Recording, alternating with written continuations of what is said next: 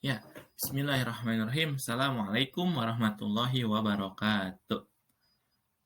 Alhamdulillahilladzi hadana li hada wa ma kunna linahtadiya laula an hadanallah. Asyhadu an la ilaha illallah wahdahu la syarikalah wa asyhadu anna Muhammadan abduhu wa rasuluhu nabiyya ba'da. Allahumma shalli ala Muhammad wa ala ali Muhammad. Rabbi shrah li sadri wa yassir li amri wahlul 'uqdatam min lisani yafqahu qawli al-ayah. Alhamdulillah, pertama-tama puji dan syukur senantiasa kita selalu panjatkan kehadirat Allah Subhanahu wa taala yang Maha Ghafur yang telah memberikan kepada kita banyak sekali nikmat ya, di antaranya nikmat iman, nikmat Islam, nikmat ihsan dan juga nikmat usia dan sehat sehingga pada hari ini kita dapat berkumpul kembali ya walaupun hanya dalam bentuk virtual seperti ini ya. Salawat bermahkotakan salam semoga tetap tercurah terlimpah kepada junjungan kita Habibana wa Nabiyana wa Maulana Muhammad sallallahu alaihi wasallam, kepada para keluarganya, sahabat-sahabatnya, tabi'in dan semoga kepada kita selaku umatnya hingga akhir zaman. Amin. Amin ya Allah ya rabbal alamin. Ya, pertama-tama Bapak Rizky memohon maaf dulu nih kepada anak-anak kelas 8 ya. Karena tadinya kita mau Zoom, namun ternyata Bapak ada agenda di hari itu ya, di hari ini maksudnya. Di hari ini Bapak ada agenda sehingga mengharuskan kita tidak bertemu dulu di Zoom ya. Qadarullah kita belum bisa bertemu di Zoom, namun minggu depan insya Allah kita akan bertemu di Zoom. Nah, untuk gantinya hari ini Bapak akan mengirimkan video ini. Nah, video ini silakan dilihat ya, dan silakan dicermati apa saja yang akan Bapak sampaikan, poin-poin apa yang Bapak sampaikan, dan materi apa yang akan Bapak sampaikan. Karena ini akan Bapak tanyakan di grup nanti ya. Ini akan Bapak review, akan Bapak minta kalian review ya materi yang telah Bapak sampaikan pada siang hari ini gitu ya. Jadi teman-teman mohon maaf sekali lagi anak-anakku yang Bapak cintai. Mohon maaf Bapak tidak bisa membersamai dalam pembelajaran hadis kali ini ya. Namun itu tidak mengurangi semangat kita ya untuk tetap belajar.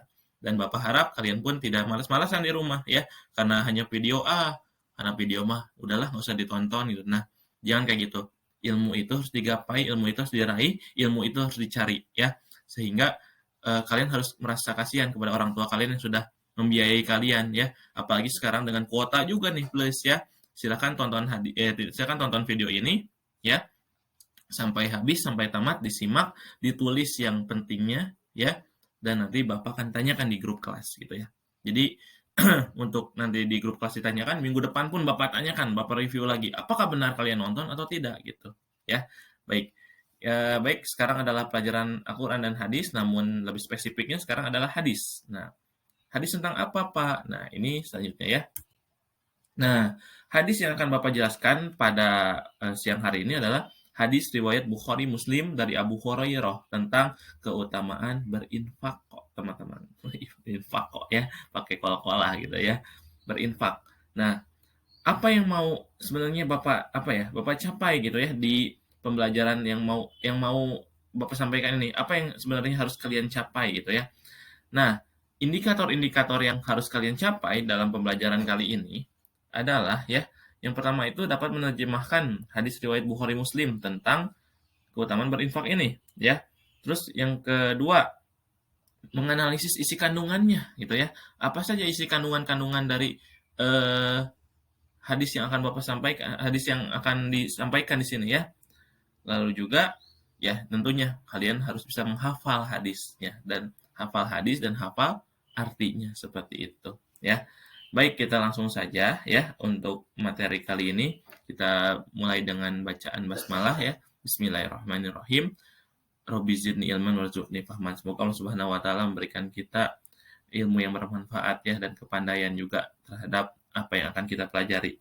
Amin. Amin ya rabbal alamin. Baik. Nah, kelewatan. Nah, ini ya. Ini ada pengertian infak dan apa keutamaan infak itu ya. Oke. Yang pertama ya, yang pertama itu ya, sebelum masuk sini kita kasih prolog dulu ya. Iman ya, iman itu adalah dasar segala aktivitas umat Islam gitu ya. Tentu kalau kita mau beramal soleh yang lainnya, sholat, zakat, puasa, eh, haji itu ya, dan juga infak itu dan apapun sebagainya, semua itu harus didasari dari nilai keimanan. Betul? Ya, nilai keimanan gitu ya.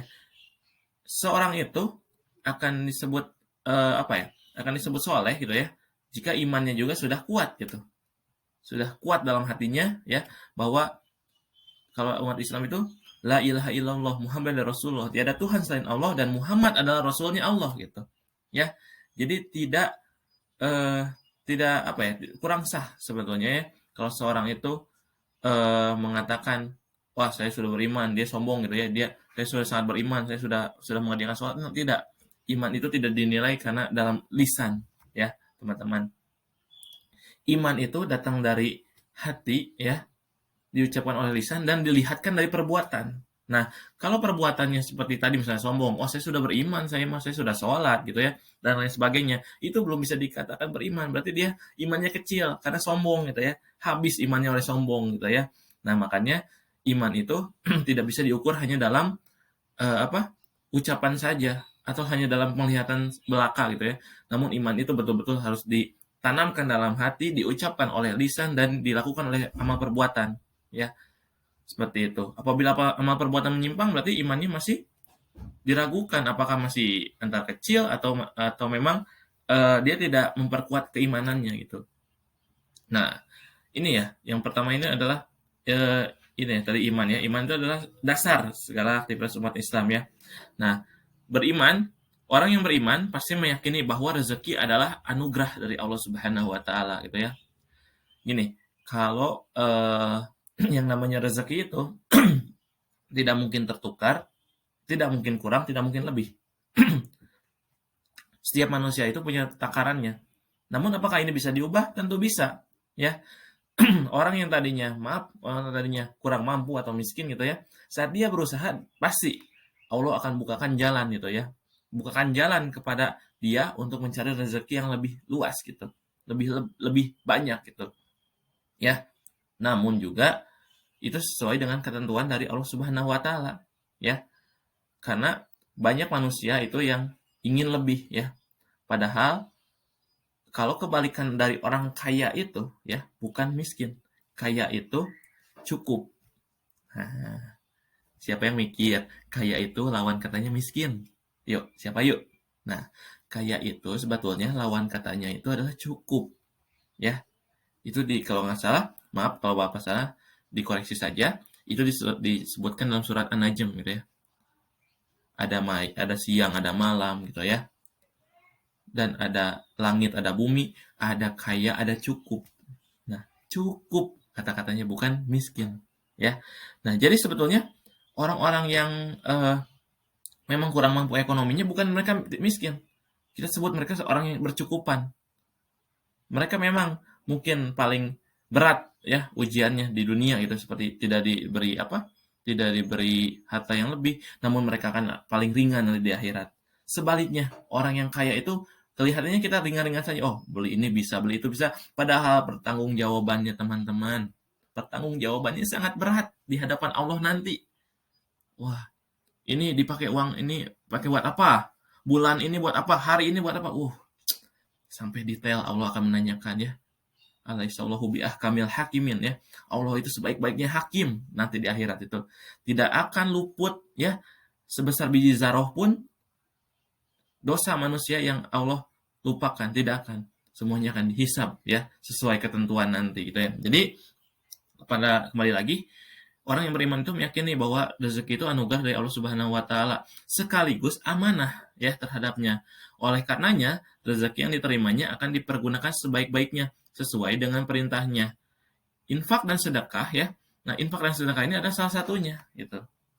Jadi infak dan sedekah ini adalah salah satu bentuk amalan yang lahir dari keimanan. Dengan keimanannya pula orang beriman akan mendermakan rezekinya dengan ikhlas karena Allah tanpa berharap pujian, popularitas atau balasan apapun. Sekarang kita banyak melihat di mungkin di Instagram teman-teman, di TikTok gitu ya atau di YouTube sekalipun orang-orang yang beramal namun tetap memperlihatkan gitu ya bahwa dia beramal. Nah, sebetulnya kalau edukasi itu baik, tapi kalau sisi keikhlasan kita tidak tahu ya.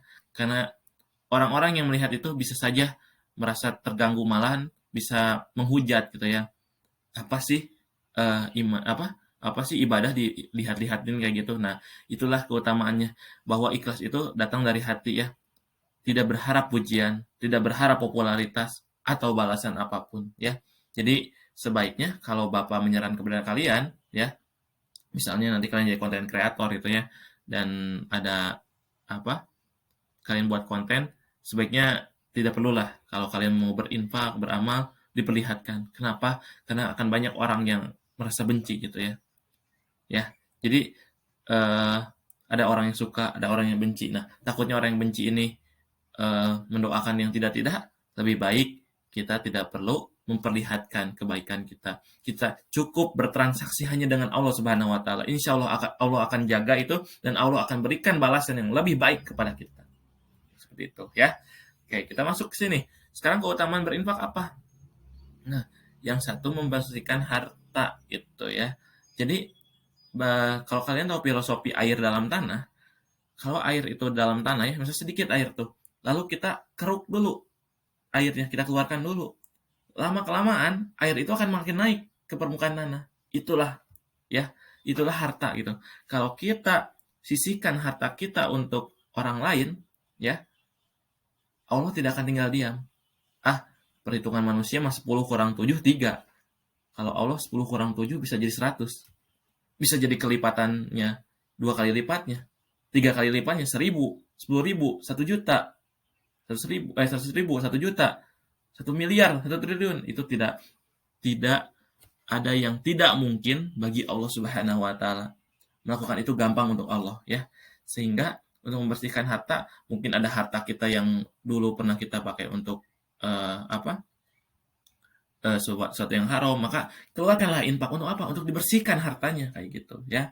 Atau mungkin kita lupa pernah berhutang, maka infakkan dan berdoa kepada Allah Subhanahu wa taala agar itu diampuni. Hutang kita itu kita niatkan infak itu untuk membayar hutang kita gitu. Meskipun memang kalau hutang itu lebih baik kepada orangnya langsung gitu. Namun kalau lupa karena memang sudah lama dan orang yang lama juga sudah mengikhlaskan, namun kita tetap berinfak untuk apa? Bersihkan harta kita gitu ya. Dari hutang, dari riba, apapun sebagainya, keluarkan infak seperti itu. Yang kedua, menambah rezeki, teman-teman.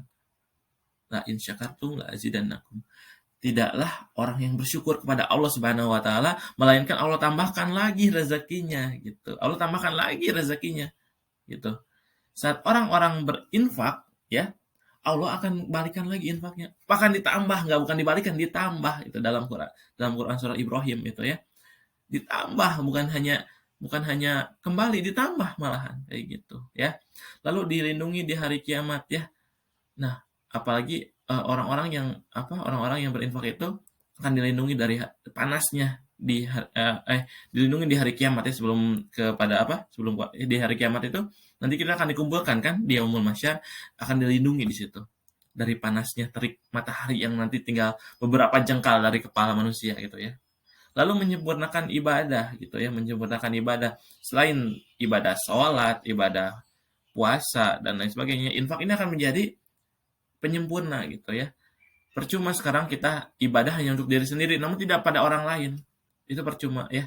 Kita kemana nilai sosial kita gitu, hanya nilai spiritual diri itu.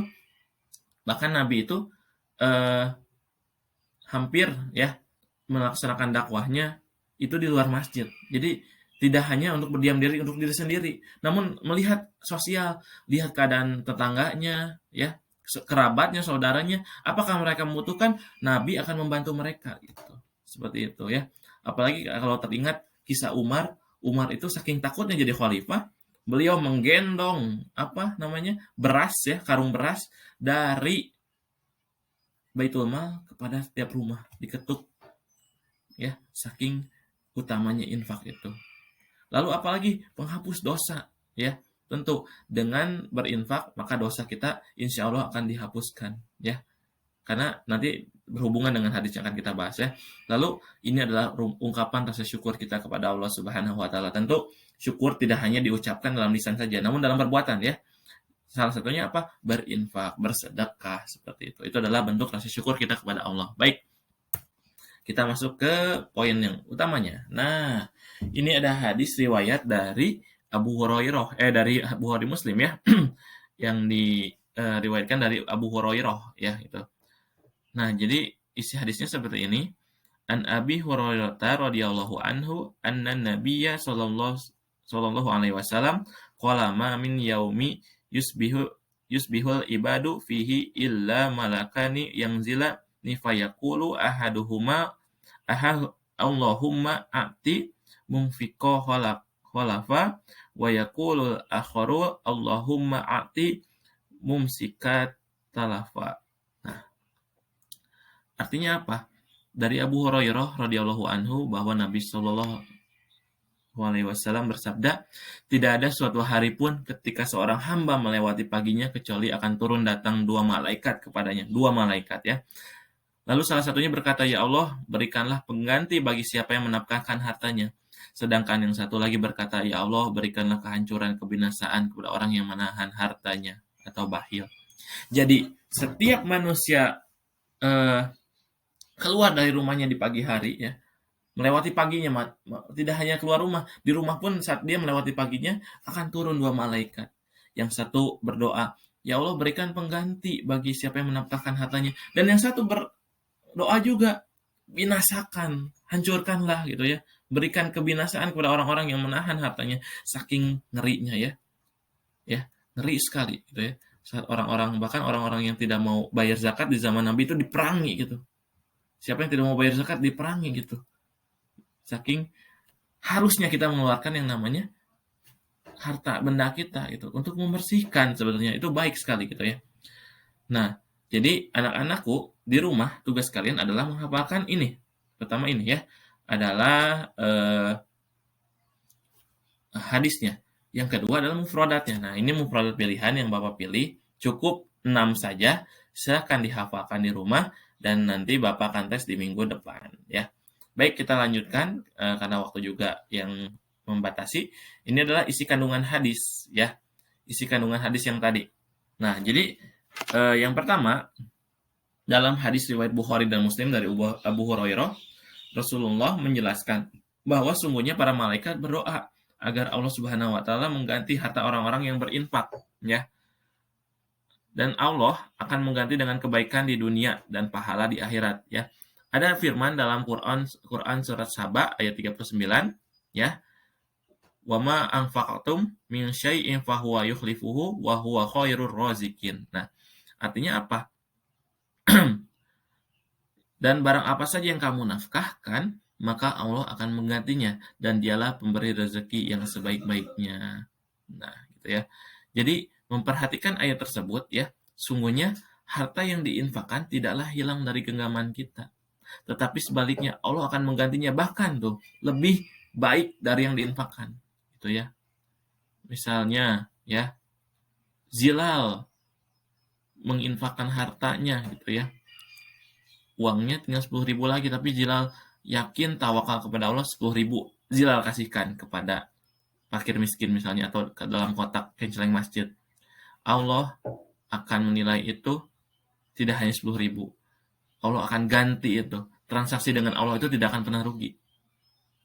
Allah akan ganti dengan uang yang lebih banyak ya di dunia kalau itu memang ikhlas, dan Allah akan berikan ganjaran surga nanti di akhirat seperti itu. Ya, itu adalah salah satu bentuk kecil dari kita berinfak gitu ya. Nah, dan demikian pula ya, Rasulullah SAW menjelaskan bahwa para malaikat mendoakan agar Allah Subhanahu wa taala melaknat dengan menghancurkan atau membinasakan orang-orang yang bakhil atau kikir terhadap hartanya. Ya, di dunia saja saat zaman Rasul yang tidak bayar zakat aja udah harus dibinasakan gitu. Ya, apalagi nanti siksaan Allah gitu. Orang-orang yang menahan hartanya tidak mau, saya nggak mau tidak mau memberikan rezeki saya lebar gitu. Nah, kata lebar itu, kata sayang itu ya, itu akan menjadi bumerang nantinya. Ya, makanya anak-anakku yang di sini harus rajin bersedekah dari sekarang, berinfak sedikit-sedikit nggak apa-apa ya. Kalau udah kuat imannya, udah saya mau pengen lebih dari ini, silakan. Lebih baik lagi. Karena itu bentuk pembelajaran kita pada hari ini. Ya, mengamalkan hadis yang telah diriwayatkan oleh Bukhari dan Muslim ini ya, kita amalkan gitu. Apa yang selalu dilakukan oleh Rasulullah ya. Kita mengaku umatnya Rasul dan kita juga harus mengikuti ajaran-ajaran beliau gitu ya. Nah, yang ketiga itu sebagai orang beriman harus yakin bahwa doa para malaikat itu pasti dikabulkan ya. Baik yang tadi doanya baik ya, yang menafkahkan hartanya supaya Allah ganti ataupun yang satu lagi ya, yang menahan rezekinya Allah akan binasakan. Nah, itu kita harus yakin bahwa doa-doa malaikat itu akan sangat dijabah oleh Allah gitu ya. Nah, sudah banyak contoh kejadian dalam kisah-kisah terdahulu bagaimana Allah menghancurkan orang-orang yang bakhil terhadap hartanya. Dan begitu pun sebaliknya bagaimana Allah Subhanahu wa taala membalas kedermawanan orang-orang yang berinfak di jalan Allah Subhanahu wa taala gitu ya. Baik, ini yang terakhir adalah pojok kisah ya. Abu Dahda Al-Ansori dan kebunnya. Nah, jadi Al-Kisah dikisahkan ya pada suatu waktu Abu Dahda itu bertanya kepada Rasulullah SAW, wahai Rasulullah, apakah Allah membutuhkan pinjaman dari kami? Rasulullah menjawab, betul wahai Abu Dahda. Kemudian Abu Dahda pun berkata, tunjukkanlah tanganmu ya. Jadi ditadahkan tangannya gitu ya, seperti ditadahkan gini. Nah, kayak gitu ya. Ditadahkan tangannya. Lalu apa yang terjadi? Kemudian Abu Dahda berkata, aku telah memberikan pinjaman berupa kebunku kepada Robku. Kebun tersebut memiliki 600 pohon kurma. Ya, setelah kebun itu diserahkan kepada Rasulullah, ya, jadi maksud perkataan tadi bahwa Abu Dahda memberikan seluruh kebunnya untuk Rasulullah untuk dipakai dakwah juga ya kepada Allah Subhanahu wa taala. Jadi di sini Abu Dahda sedang bertransaksi kepada Allah Subhanahu wa taala gitu ya. Nah, lalu setelah kebun itu tadi diberikan pada Rasulullah ya, Abu Dahda mengajak istri dan anak-anaknya keluar dari kebun itu. Rasulullah pun terkagum-kagum ya dengan Abu Dahda. Kita bayangkan, Abu Dahda itu punya kebun yang isinya 600 pohon kurma. Kalau orang biasa mungkin mikirnya, dah saya pakai ini untuk investasi saya jangka panjang di dunia. Abu Dahda berpikirnya sudah tidak investasi di dunia, bahkan investasi di akhirat teman-teman. Ya, karena dia yakin dengan hadis yang tadi disampaikan, dengan ucapan yang disampaikan Rasul saat itu. Dia yakin bahwa malaikat akan mendoakan siapapun yang menafkahkan rezekinya gitu ya. Allah akan ganti dengan yang lebih baik.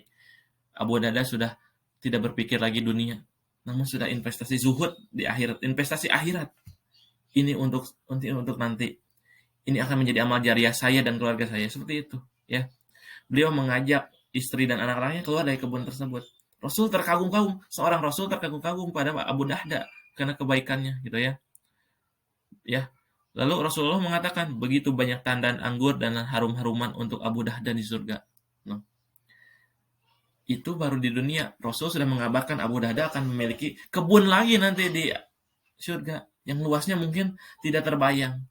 Sekarang hanya sekarang hanya kebun yang mampu menopang 600 pohon kurma. Mungkin nanti di surga, satu surga bisa dimiliki oleh Abu Dahda sendiri dengan keluarganya. Ya, demikian banyak harta yang diinfakkan Abu Dahda, tetapi karena keyakinannya bahwa Allah akan membalas dengan pahala yang berlipat-lipat di dunia dan di akhirat, ia pun ikhlas melepaskan hartanya di jalan Allah. Ya, makanya dari cerita yang tadi, dari cerita Abu Dahda Al-Ansori dan kebunnya, kita semua patut bersyukur dengan apa yang kita miliki. Ya, kalau ada perkataan Umar itu, apa saja yang melewatkanku itu akan menjadi takdirku. Dan apa saja yang menjadi takdirku, itu tidak akan pernah melewatkanku. Ya. Jadi anak-anak, apapun yang kalian dapat, harus disisihkan. Gitu ya. Apalagi kalau nanti kalian udah sukses, jangan lupa, investasikan untuk akhirat kalian. Ya. Azamkan untuk diri sendiri, untuk keluarga gitu ya. Untuk orang tua, ya. Untuk anak kalian, untuk istri kalian nanti di masa depan. Azamkan untuk itu. Maka Allah akan berikan ganti yang lebih baik di surganya kelak. Ya, saat orang-orang nanti di surga mungkin hanya mendapatkan kenikmatan yang standar gitu ya. Walaupun kenikmatan di surga itu tidak ada yang standar, semuanya bakal lebih baik. Namun kalian akan mendapat keistimewaan, ya. seperti Abu Dahda ini di surganya sudah Allah siapkan gitu. Sudah Allah siapkan kebun yang nantinya akan membersamai mereka di surganya kelak gitu ya. Karena kebaikannya di dunia, beliau memberikan kebunnya kepada Rasulullah untuk dipakai jihad di jalan Allah Subhanahu wa taala. Seperti itu ya. Baik, anak-anakku, itu yang dapat Bapak sampaikan pada siang hari ini. Silakan ditulis yang baik, yang penting-pentingnya, dan ingat tugasnya, hafalkan hadisnya, hafalkan mufradatnya, terjemahnya, dan juga aplikasikan. Yang paling terbaik itu dalam sebuah pembelajaran adalah aplikasikan apa yang telah kalian dapat. Sok ya, mulai dari sekarang silakan kalian berikan ya harta kalian. Ya, Bapak apa harus semua harta saya dikeluarkan? Tidak, ya. Tidak semuanya dulu. Belajar sedikit-sedikit dulu, ya. Tetap kalian mau berinfak pun ada ininya, ada adabnya. Jangan karena saya mau semuanya biar saya miskin. Tidak seperti itu juga ya. Tidak boleh seperti itu. Tidak boleh menyiksa diri. Namun berikan apa yang dapat kalian berikan yang terbaik ya, yang terbaik ya. Misalnya kalian punya uang 10.000, yang terbaik 5.000 karena 5.000 harus saya pakai ongkos. Itu baik ya. Insya Allah Allah nilai sebagai amalan yang besar ya. Menurut manusia itu kecil, namun dengan keikhlasan itu akan menjadi satu amalan yang luar biasa seperti itu ya. Baik, terima kasih semuanya.